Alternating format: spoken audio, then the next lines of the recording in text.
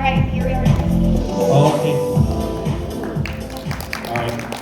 Thank you very much. I apologize for that brief technical glitch we had there. I had to correct something with the presentation. So I'm going to be talking to you today about the convergence of AI and blockchain. One of the most exciting things that I can personally think of. It's my personal favorite opportunity to get up here and talk to you guys, because this, in my opinion, is going to be where the industry is headed. A bit about my background. We still don't have the presentation up, so I'll just talk to you guys from memory. I got my degree from Caltech back in 1992 in computational neural systems. Now, when I got that degree, nobody knew what the heck that was. Today, as AI has really progressed over the last 30 years, people are actually starting to see what that is. A brief shout out to my alma mater. Many of you probably have never even heard of Caltech, so I like to tell people what it is. Caltech was ranked as the #1 university the last 5 out of 9 years by the Times World Ranking Index. So if you're in the scientific realm, you've heard of Caltech. If you're not, you probably haven't. It's also got the distinction of being the university that the US sitcom The Big Bang Theory is based around. So that's Caltech, really prestigious, be impressed. I'm also an entrepreneur, and I've started several companies. I've worked as the CTO of a US public company before. That was really, really interesting because it was small cap. I learned a lot about regulations. If you guys are looking at doing STOs, I have some really, really different perspectives on that. So specifically on the dangers of small cap companies having too much liquidity.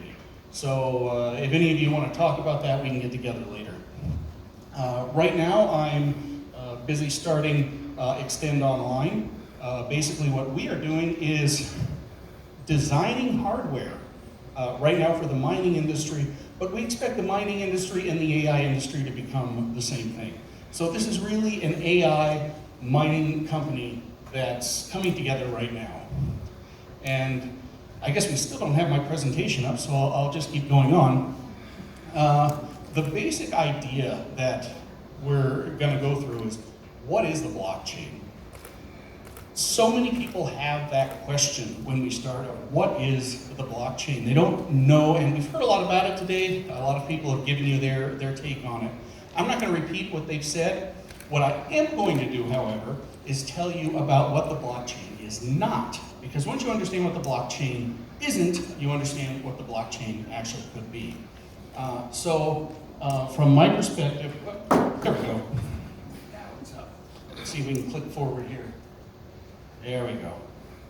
Okay, real briefly, I just want to go through this because when I talk to people about the convergence of AI and blockchain, what I get is people don't know what the blockchain is and they don't know what AI are. So you tell them about the blockchain, they think it's some biker with a block and a chain, and maybe he's going to go throw a dead body in the river. And then you get AI, and they think of the Terminator, so you put those together, and the convergence of AI and blockchain is Arnold Schwarzenegger. Well, we all know that unfortunately he's the governor who's used to ex-governor now, who's now trying to get back into movies when he's way too old. But he is not what we mean when we talk about the convergence of AI and blockchain. That's not what you should be thinking of. So what is a blockchain? The blockchain is a strategic technology. And what I mean by a strategic technology is that it is not a utility. I've been through several disruptions. Voice over IP, for example, I was very active in that. What happened during this time? Well, you could go to a company and you could say, hey, you can save money. You got an office here, you got an office over there, you can just put in a device at this office, you can put in a device at that office, you can plug them together and you can save money. Really easy to explain, everyone got it, took off like crazy. The blockchain is not that, it is not a utilitarian technology, okay? If you are here, if you're a VC, if you're saying, how can I use blockchain in my business? How can I improve my how can I layer something on top of my existing business processes? You can't. That is not what blockchain is. Blockchain is a whole new strategic way of thinking about business processes. If you want to use blockchain in your company, or you want to use blockchain for your personal finances or anything like that, you need to do it in the context of a community. If you don't have a community, then there's no point to blockchain. So blockchain is always a platform application. This is why it takes so long to kick off. It is not something you do by yourself. It's something you develop both sides of.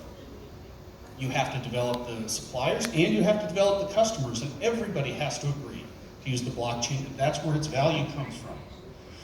Blockchain is used in 3 cases: when you have a problem with trust, when you have a problem with excessive bureaucracy, or when you have a problem with politics. If you don't have any issues with those 3 areas, blockchain isn't going to help you.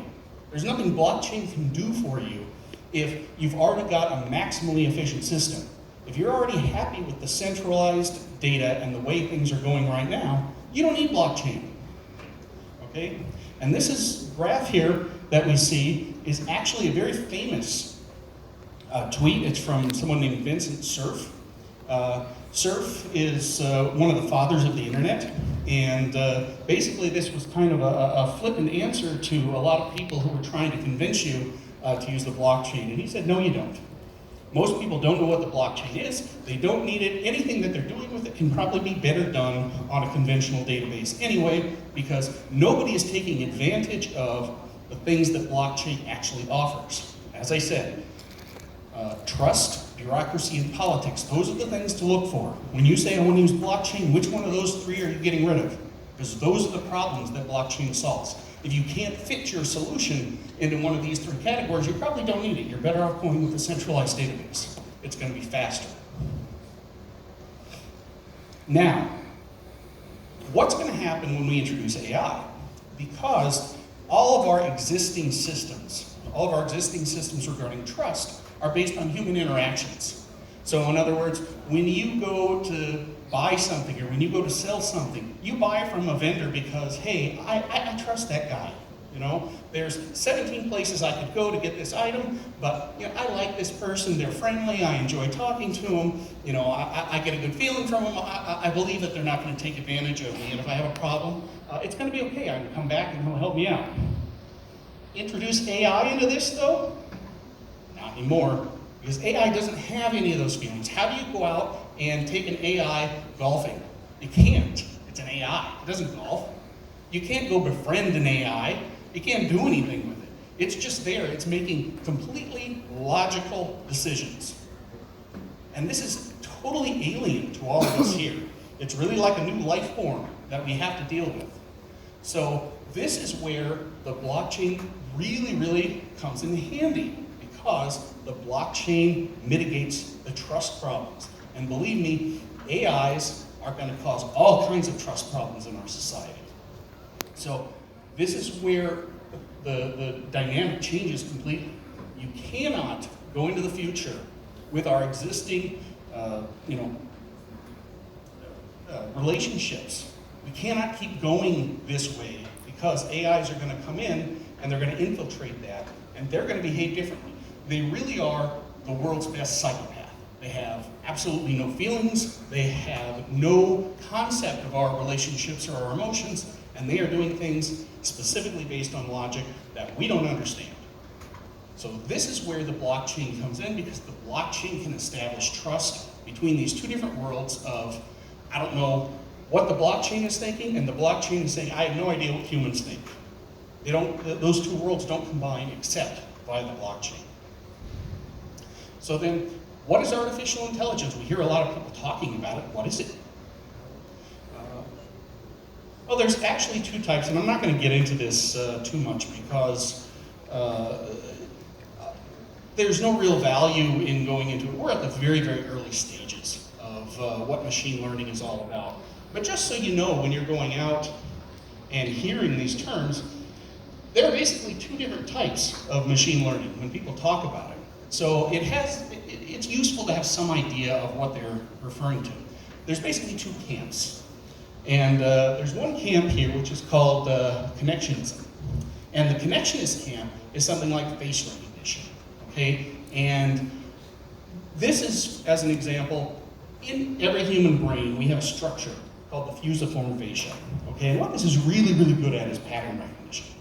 Now, this pattern recognition works because we need to know the faces of the people that we interact with. When we form societies, we need to know who do we trust, who do we not trust. We have evolved this mechanism over many, many, many generations, okay? And the fusiform fascia recognizes patterns. And it doesn't just do faces. They've interviewed grandmasters, and they've tested this with chess grandmasters. And what they found is chess grandmasters have adapted this strategy in the game of chess. You know, we all know that Deep Blue a few years back managed to beat the world's, greatest chess masters, but did it in a completely different way. AIs are not human. Okay? Humans see patterns. We can see a pattern. They know they can see a pattern because they drove by the chess grandmaster in the truck. They drove by once with a very, very common pattern. Real quick, just 2 seconds, zoom, but it was a common chess pattern. The grandmaster was able to reproduce that pattern exactly on the napkin. Then they drove the same truck by with a random pattern of pieces that didn't exist. He had no idea what was on that board. Why? Because he was subconsciously recognizing the pattern that he saw on the game, and so he didn't have to think about it. This is different from the way AI solve problems. Okay, that's connections, it's recognizing patterns. The other option, which we see in self-driving cars, is called computationalism. And this is much more of the Turing idea, where we go ahead and take a look at things and we try and analyze the situation and come up with answers and solutions. And the thing to know here is this type of learning, computationalism, is really, really hard. And I was talking with some people about this. When you have a stop sign, right now, the AIs can recognize a stop sign if it's basically something they've seen before. But if an AI has to try and extrapolate, if the stop sign is bent, if the stop sign has a hole in it, it has a sticker on it, it has graffiti on it, things that you and I would look at and say, well, we know people do that to stop signs because they're kids and they like to have fun. But an AI doesn't have that context. So for an AI to go and figure out and use this computational structure to figure out what's going on, very, very, very difficult. It doesn't know you can bend steel. It doesn't know that there's paint. It doesn't know that someone would be stupid enough to spray paint a slogan on a stop sign. It can't tell that. It can only say, this is outside of my experience. So this is computationalism. And those two types of AI are very, very different. One is much, much easier than the other. So what then do we mean when we say that AI and blockchain are going to converge? Okay, well, right now the best AIs, Google, Facebook, they have very, very well-trained AIs because they have all the data. It's at the center of a network. They've combined it all. They have huge data centers, massive storage. It's all centralized. That's how they're creating these very, very complex AIs. At the same time, we have blockchain, and blockchain is existing on the edges right now. If you look at the main people, if you look at the really, really big companies, they're investigating blockchain, but they're not actually using it. The innovation in blockchain is coming in from the edges. It's coming from small people who are looking at how do I innovate this. And what's happening is the blockchain is slowly eating away and it's moving towards the core. At the same time, AI is propagating out from the core towards the edges. So at some point, these two are going to come together and merge. And the interesting things are all going to happen when this collision actually occurs in several years. But it's still too early for that, but it is coming. They tell you never to put up a slide like this when you're giving a presentation. So of course I did, because I like to do things that I'm told not to do. I'm not going to spend any time on this. I just want everybody to take a look at it. If you try and understand what's going on in the AI and blockchain industry, you'll read some academic papers like this, and you'll get this crazily complex mess of things telling you all the different types of ways these can combine. Most people, it doesn't make any difference because this is not going to help you figure out how AI and blockchain are going to change your world. Okay, so I'm not going to spend a whole lot of time here, but basically, these are just some reasons. Why does blockchain need AI? And I'm going to go through briefly just a couple of them. Sentiment analysis, basically the AI can tell what's going on a blockchain a lot faster than we can. It's constantly analyzing the patterns. Trustworthy oracles, I want to explain what that means. One of the big problems with blockchain today, people talk about, is what are called off-chain proofs and off-chain fraud. So in other words, what you put on the blockchain may be guaranteed, but how do you know that what went onto the blockchain was actually valid? I was at a conference a few days ago and someone brought up the question of provenance of data, and they were saying, okay, let's assume you're in a refrigerated truck.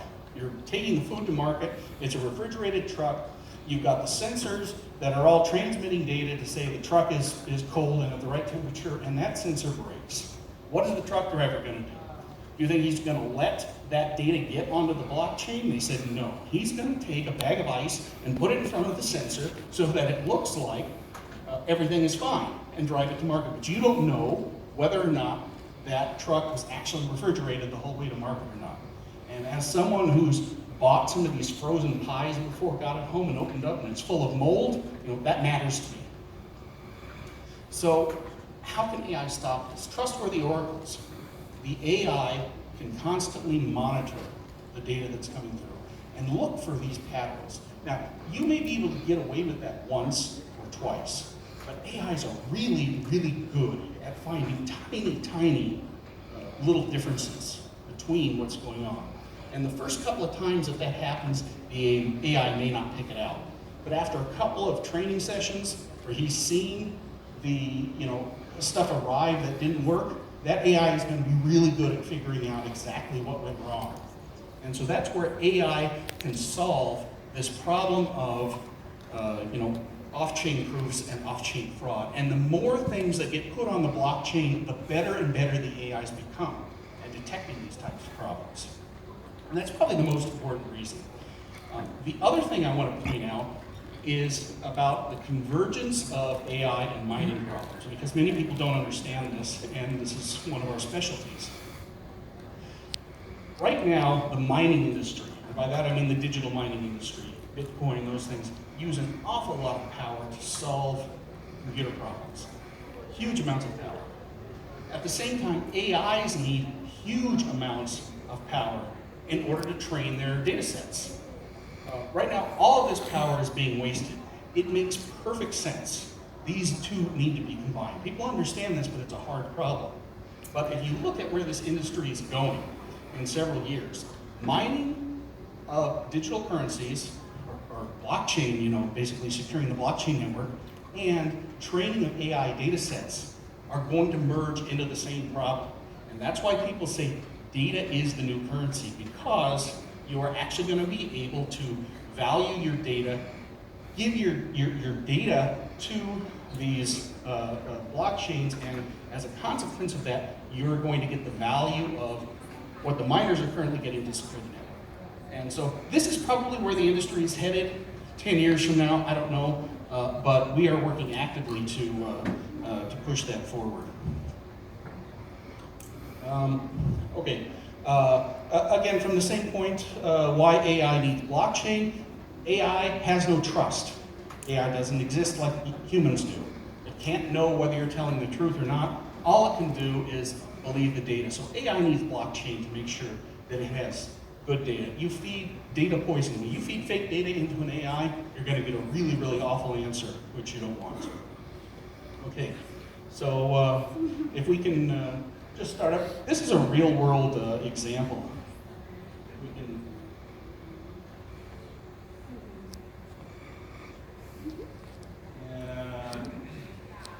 can, can we start that? C-Sale. Can we start that?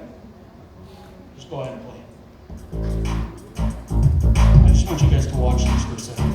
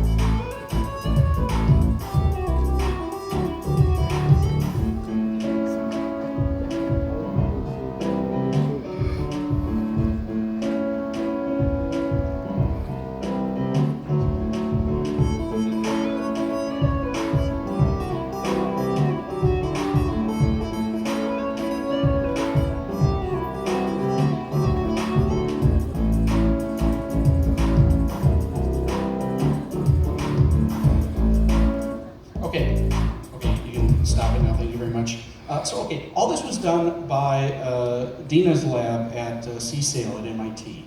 And what they're actually doing, they are using nothing more than a wireless router.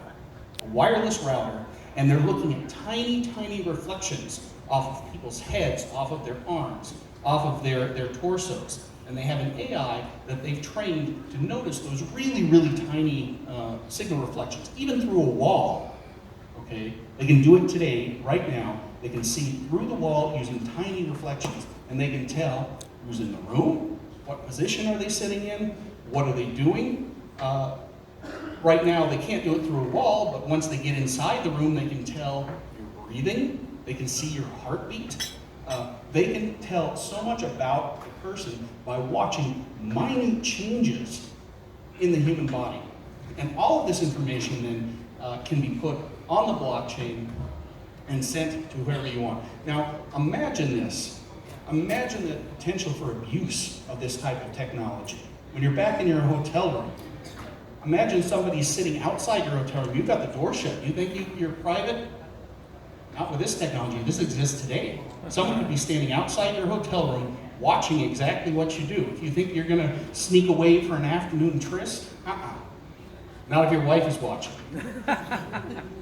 Because she doesn't even have to be in the room. She can just be outside the room, and they'll be able to tell exactly what you're doing in there. Okay? This is not science fiction. This is here, right now, and within a couple of years, it's going to become commonplace. Okay? This is AI. This is AI and blockchain, and this is why we need rules, why we need to understand the consequences of this technology, and how are we going to protect this data, and how are we going to use it. Because this type of information, this invasive structure, is going to be very, very commonplace over the next 5 years, 10 years. It's going to completely change your world. Whether you want it to or not, this is coming. So you need to understand what blockchain means, what AI means, and how these two technologies are going to interact and have an effect on what you do in your everyday life. So real quick, just as a summary, I want to remind you, you want to take away two things from this. Blockchain is not a process to improve your business. Blockchain is a strategy to incentivize honesty in your processes. That's what blockchain does. It's a strategy to incentivize people to be honest and play by the rules. AI is a conventional utility. And AI has to have blockchain because it has no social intelligence whatsoever, and it's basically a psychopath. So you need to put these two technologies together or we're going to have a disaster. And that's basically it. Thank you very much. If anybody got any questions, I'll be happy to take them, or you can come find me. Yes? Simply, you mentioned STOs for small enterprises, and maybe it wasn't a good idea. Could you elaborate your opinion on STOs? Oh, yes. With regard to STOs, sure. I was a officer in a small cap company, and we were listed on the OTC. We traded on the OTC exchange in the U.S. And we had a valuation of about 30-something million, but we had very, very small revenues. And there are sophisticated investors out there who go around looking for companies that have good liquidity, high valuations, but very low capital reserves. And what they do, they can short your company, and they can make more money in an afternoon than your believers can by going long, because they can quickly short you into oblivion. And you have no money, you have no revenues, you have nothing to be able to fight that off. And what happens is your stock price takes a nosedive. And you quickly find out you go from being worth $1 down to being worth 3 cents. And there's nothing you can do. And then the regulations come in, and the US SEC says, oh, I'm sorry, we aren't going to allow you to issue any more stock direct to the public. You're going to be forced to use somebody else. And because of the situation with your stock right now, you have to use an accredited investor. Their accredited investors offer you what's called toxic financing, which basically means they get a huge discount to face value, and they give you a little bit of money, and then they take your stock and immediately go out and sell it on the market, again, driving your stock lower, and it's a spiral to the bottom. Now, this is dangerous. People don't understand how incredibly difficult this problem is going to be. Lots of people are running to STOs saying, hey, this is great. They have no idea of the danger that they're running into. They're leaping right out of the fire onto another burning building. And this is not the way to advance this industry forward. My opinion. So just be very, very careful of that. Liquidity, as a small cap company, liquidity is the last thing you want. You don't want liquidity. You want people locked up with no ability to trade your token at all. That's stability. That's what's going to allow you to grow. All right, thank you very much. Anyone who wants to talk, just come see me. I'll be around. I appreciate your time.